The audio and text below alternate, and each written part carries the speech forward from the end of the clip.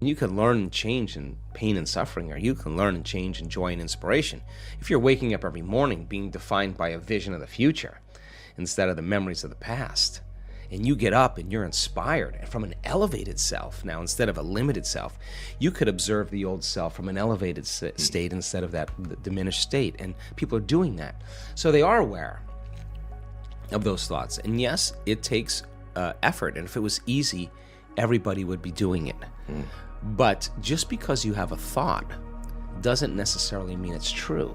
And when you start looking and observing those thoughts, I think you are like Gandalf. Because Gandalf also said, you may not pass, when he meant like that kind of severity when it comes to how we make up our mind about things. That's the kind of energy or intention that begins to create the biggest volume of change in our life. And I've interviewed thousands of people in our work that have healed from really serious health conditions. And I would say about 90% of them, when I ask them, so what happened? The first thing they say all the time is, I just made up my mind. I just made up my mind I was going to do this. And they made a decision with such firm intention that the amplitude of that decision carried a level of energy that was greater than the hardwired programs in their brain and the emotional conditioning in their body. And the choice that they made caused their body to respond to a new mind. In fact, the choice they made became a moment that they would never forget. It was an event. And the stronger the emotion they felt, the more they paid attention to the choice. And in a sense, they were remembering their future. And the body emotionally was getting a sampling, a taste of the future. And they're aligned to that future. And that's when the body's healing began. That's when the miracle started, right in that moment. That's how powerful we really are. Now, what if you did that every day? What if you made up your mind every single day you weren't going to get up from your meditation until you were that person you wanted to be? Game on now.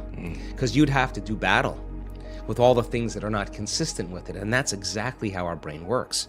So then, if you want to be wealthy, you can't feel lack. You want to be a master, you can't judge your coworker.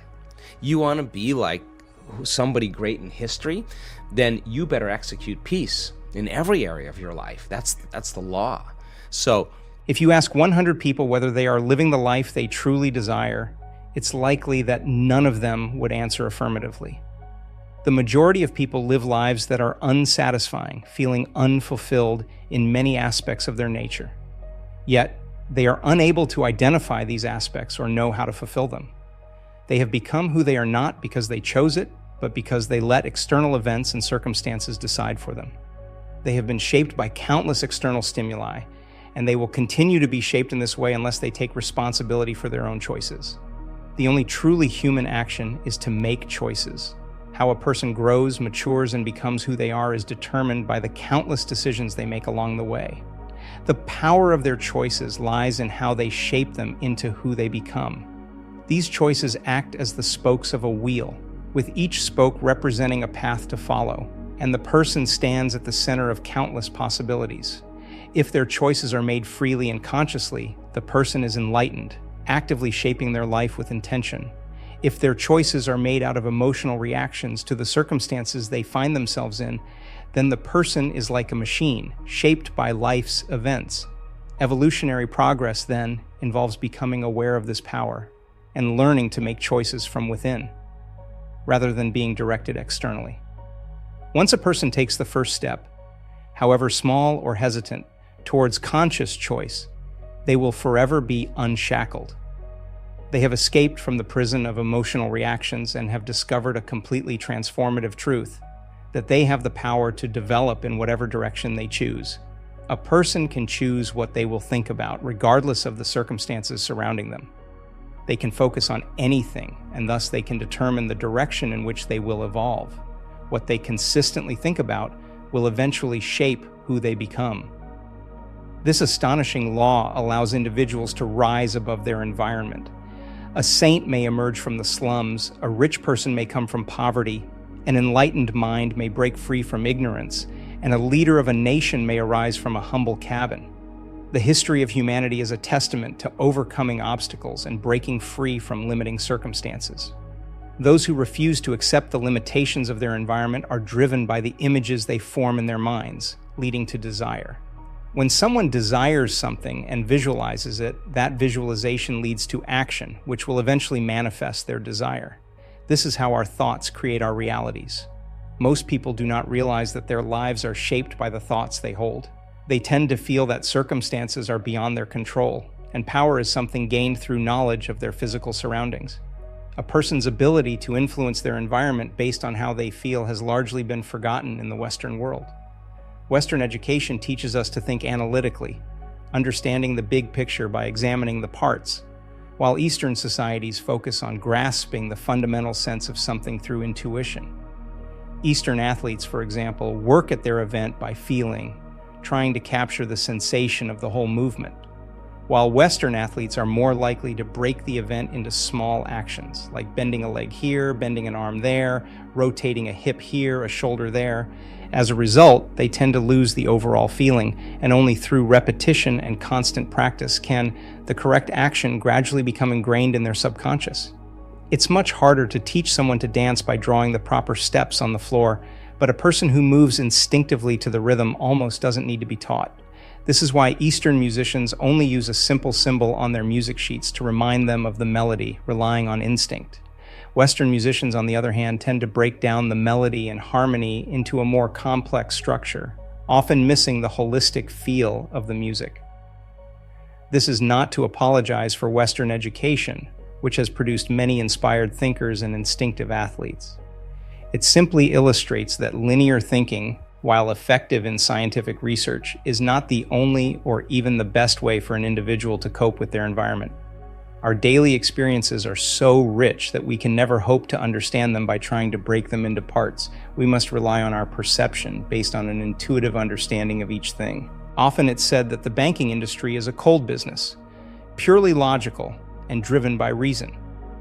However, one of the leading bank directors in the Southwest recently excited an audience when he shared how his bank processes loan applications.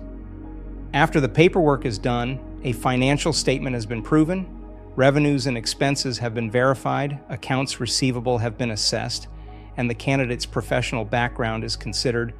The question always asked by the president is, how do you feel about this? If the employee feels good about the report, the loan is granted. If the employee has mixed feelings, the loan will be reconsidered. If there are negative feelings, the loan is denied. In this financial institution, final decisions are made based on intuition rather than the logical power of the mind. It's interesting to note that this particular bank has the lowest loss ratio in the Southwest.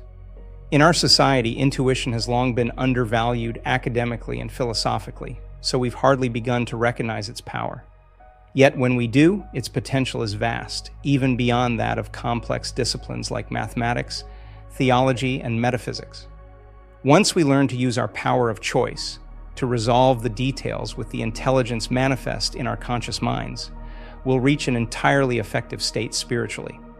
The power of choice is closely linked to the power of perception. Everything that affects us does so depending on how we perceive it. And clearly, we cannot make decisions about what we cannot see. We only see the possibilities that our limited consciousness can perceive, and the wider our consciousness becomes, the more possibilities we'll see and the more choices we'll have. For the higher power, all possibilities are reality. The secret ego participates in creating endless diversity from the essential unity of itself. And this is its delight, its enigmatic game. For humans, caught in this continuous change, the most important thing is to keep growing, to expand the field of choice throughout life. The task of nature is for the individual to know there is more than one way to approach life. We often choose paths based on limited perceptions of what's possible. The deeper we understand our environment, the more possibilities we'll perceive, and the more we'll expand our horizons. The human soul is an open gateway to the world, a direct connection to the universal presence. Choice is the act of realizing our inner nature. It is through choice that we experience spiritual and mental growth, and it is through choice that we realize our wisdom and character. A person capable of transcending the limitations of the world can break free from worldly desires, akin to a statue in the arena of life. The individual becomes free through the act of choosing the direction in which they want to develop. But choice always involves sacrifice, because you cannot choose to support one thing without opposing something else. Nothing is gained or achieved without letting go of something else. It is this law of sacrifice that enables all things to live, grow, evolve, and desire. Understanding and accepting sacrifice alleviates much pain because when we truly understand that we can only achieve one thing by giving up another, we can hold on to everything lightly, ready to let it go at any time. It is not truly ours. It is a universal idea shared by all. Pain and growth often come as we are stretched and tested. Life seems to bend us cruelly at times, creating stress we can hardly bear, pulling us into conflicts that challenge our ability to cope. Yet we remain ourselves only because we long to become greater. The obstacles and pain we face are merely the result of our efforts to break free from the shell of our ego and to develop beyond it, towards greater efficiency and understanding. As Khalil Gibran wrote, the archer sees the mark on the path of the infinite and uses his strength to bend the bow so that his arrows can fly swiftly and far. The purpose of things does not unfold naturally to the finite human mind. It is only available in part to our intuition, and only when we understand that the goals and methods of life lie in the hands of a greater force. Our true inclination is to understand our relationship with this force, to develop faith and trust in it, and to recognize that nothing is in our hands except the direction we choose to go.